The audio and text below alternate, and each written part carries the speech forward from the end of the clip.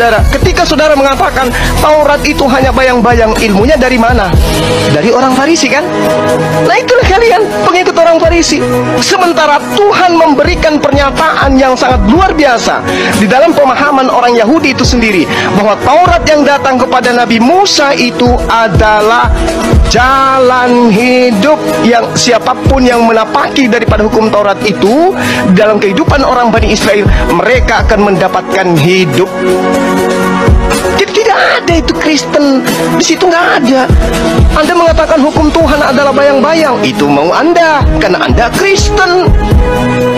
Tetapi orang Yahudi, di mana mereka adalah umat yang diangkat derajatnya oleh Tuhan, apakah pernah diajarkan Taurat itu bayang-bayang dan yang benar adalah ajaran Kristen? Mimpi. Itu mimpi itu. Maka dari perkataan Juma ini sama sekali dia tidak ada ilmu tentang Alkitab. Dia tidak tahu bahwa Yesus sudah dinubuatkan oleh para nabi. Dia tidak paham bahwa Tuhan menjanjikan Mesias buat umat manusia. Tapi kita bangga dengan abang ini, tidak lelah belajar walau ilmunya masih sangat minim ya. Oke, kita ke topik.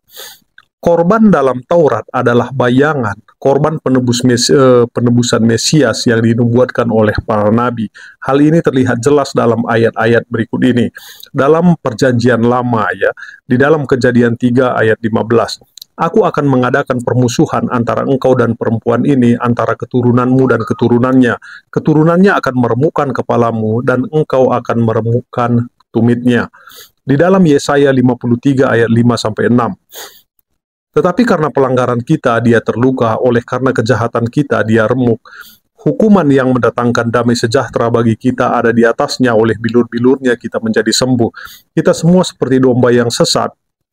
Kita menempuh jalannya sendiri, tetapi Tuhan telah membebankan kepadanya kejahatan kita sekalian. Di dalam Mazmur 22, Allahku, Allahku, mengapa engkau meninggalkan aku? Mengapa engkau jauh dari pertolonganku? Ya, firman-Mu yang kuseru. Aku berseru tetapi engkau tidak menjawab. Aku berteriak tetapi engkau tidak mendengarkan. Ayat-ayat di dalam perjanjian baru. Matius 26 ayat 28. Sebab ini adalah darahku, darah perjanjian yang ditumpahkan bagi banyak orang untuk pengampunan dosa. Di dalam Markus 10 ayat 45. Sebab anak manusia juga datang bukan untuk dilayani, melainkan untuk melayani dan untuk memberikan nyawanya sebagai tebusan bagi banyak orang. Di dalam Ibrani 9 ayat 22 ayat sampai 24.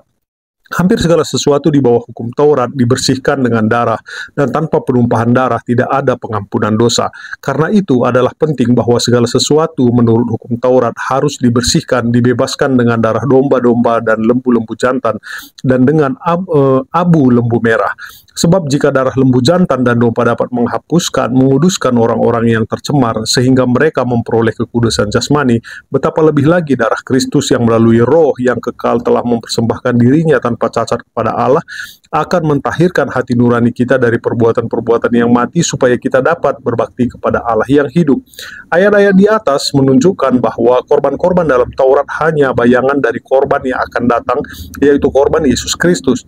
Korban-korban dalam Taurat hanya dapat memberikan penamaian sementara, sedangkan korban Yesus Kristus adalah korban yang sempurna yang dapat menghapuskan dosa secara permanen.